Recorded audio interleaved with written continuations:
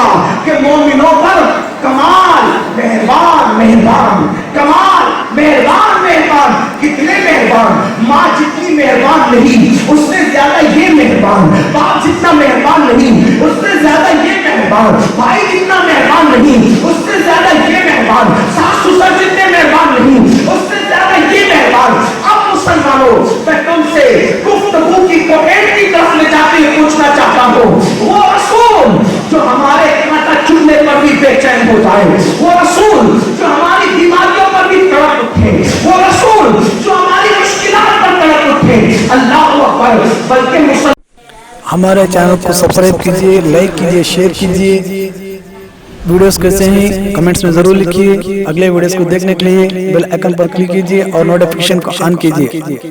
مسلمان جو کافروں کی بھی تکلیف پر بے چین ہو جائیں، کیا تم نے نہیں پتا میرے نبی کے دل میں اپنی امت سے محبت کتنی تھی، کتنا پیار تھا۔ امام المتکلمین، سن لے جملہ، کچھ یاد رہے نہ رہے یہ گھر لے جانا۔ امام المتکلمین علامہ نقی علی خان لکھ رہے ہیں، میرے